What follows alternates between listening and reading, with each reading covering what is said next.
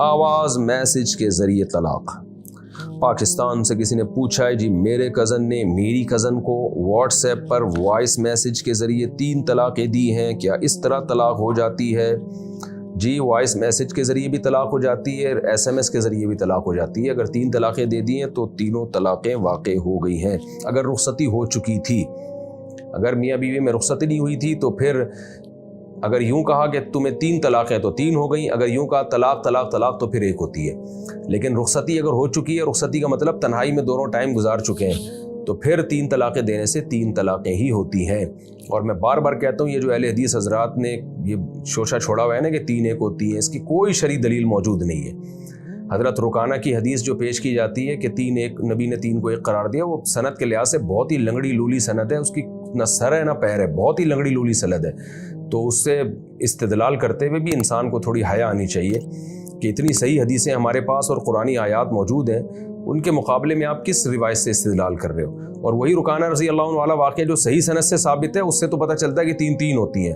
تو ہمارے اہل حدیث وہ صحیح سند کو پیش نہیں کرتے اور لنگڑی لولی سند پیش کر دیتے ہیں، تو بڑی خیانتیں کرتے ہیں اس میں اہل حدیث حضرات۔ بہت افسوس ہوتا ہے ان کی یہ خیانتیں دیکھ کے۔ اور اب تو بعض اہل حدیث حضرات نے کیا کیا کہ اس پہ بحث ہی نہیں کرتے قرآن کیا کہتا ہے، حدیث کیا کہتی ہے، بلکہ وہ بحث اس پہ کرتے ہیں کہ مسئلہ اختلافی ہے، لہذا اس میں شدت جائز نہیں ہے کیونکہ یہ مسئلہ اختلافی ہے۔ تو اس پہ بھی وہ بحث نہیں کر سکتے۔ صحابہ تابعین کے دور تک یہ مسئلہ اجماعی تھا، اختلافی نہیں تھا، اختلاف بعد میں پیدا ہوا ہے۔ تو جو مسئلہ صحابہ تابعین کے دور میں اجماعی بن گیا، وہ بعد میں کسی کو اختلاف کرنے کی اجازت نہیں ہے اس میں۔ تو اس لیے 3 طلاق کا مسئلہ بہت اہم مسئلہ ہے، اس میں بہت زیادہ گڑبڑ لوگ کر رہے ہیں۔ کوئی سعودیہ کے مفتی کا فتویٰ اٹھا کے لے آتا ہے، کوئی فلانے کے مفتی کا اٹھا کے لے آتا ہے۔ آپ قرآن کو دیکھیں کیا کہہ رہا ہے، بخاری مسلم کی حدیثیں کیا کہہ رہی ہیں، اور صحابہ کیا کہہ رہے ہیں، تابعین کیا کہہ رہے ہیں، چاروں امام کیا کہہ رہے ہیں۔ تو اتنی واضح بات ہے وہ کہ اس میں کچھ لاجک بنتی نہیں ہے۔ اور وہ جو مسلم کی مشہور حدیث ہے کہ نبی کے دور میں 3 طلاقیں 1 سمجھی جاتی تھیں، وہ اس کا وہ مطلب نہیں ہے جو اہل حدیث بیان کرتے ہیں۔ اس پہ تو بڑا اشکال ہوگا، حضرت عمر نے حلال کو حرام کیسے کر دیا اور حرام کو حلال کیسے کر دیا، اور پوری امت اس پہ، صحابہ خاموش کیسے ہو گئے اس پہ؟ صحابہ تو ذرا سی بات پہ کھڑے ہو جایا کرتے تھے۔ تو اس لیے وہ حدیث کا جو وہ مفہوم ہے جو میں بہت دفعہ بیان کر چکا ہوں اور محدثین بیان کر چکے ہیں، تو اس میں کہیں بھی نہیں ہے کہ نبی کے دور میں ایک مجلس کی 3 طلاقیں 1 سمجھی جاتی تھی، کہیں بھی نہیں ہے یہ۔ وہ تو ایسا ہی ہے جیسے جابر بن عبداللہ کہتے ہیں ہم نبی کے دور میں متع کرتے تھے، ابو بکر کے دور میں بھی عمر نے پابندی لگائی ہے۔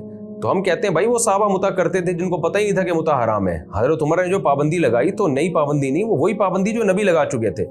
تو اسی طرح حضرت عمر نے جو 3 طلاقوں کو 3 قرار دیا، وہ کوئی نیا کام نہیں تھا، وہ وہی تھا جو نبی کے دور میں ہو چکا تھا کہ 3 3 ہوں گی۔ تو اس بارے میں دلائل پورے ریکارڈ کروا چکا ہوں تفسیر کے لیکچر میں۔ جب آپ جائیں نا سورہ بقرہ کی جو آیت ہے الطلاق مرتان، تو میرے چینل مفتی طارق مسعود اسپیچز پہ تفسیر قرآن کے لیکچر اپلوڈ ہوتے ہیں، اس میں آپ جائیں سورہ بقرہ کی جو تفسیر ہے، جب الطلاق مرتان فامساک بمعروف او تسریح باحسان، یہ والا رکوع جب آئے گا تو اس میں میں نے میرا خیال ہے 7 8 لیکچر ہیں میرے اس پر طلاق ثلاث کے مسئلے پہ۔ تو اس میں نے پورے ریفرنسز حوالوں کے ساتھ اہل حدیث کی ایک بات کا 2 اور 2 4 کی طرح جواب دیا ہے، اور بتایا ہے کہ صحابہ اور تابعین اور چاروں اماموں کا جو مذہب ہے 3 طلاق کے بارے میں کتنا کلیئر اور کتنی واضح آیات اور احادیث ہیں اس بارے میں۔ تو اس لیے اس میں کوئی بھی اہل حدیث سے فتویٰ لے کے بیوی کو حلال کر لے گا تو بیوی حلال نہیں ہوگی، خوب سمجھ لو، قیامت کے دن جواب دینا پڑے گا آپ کو۔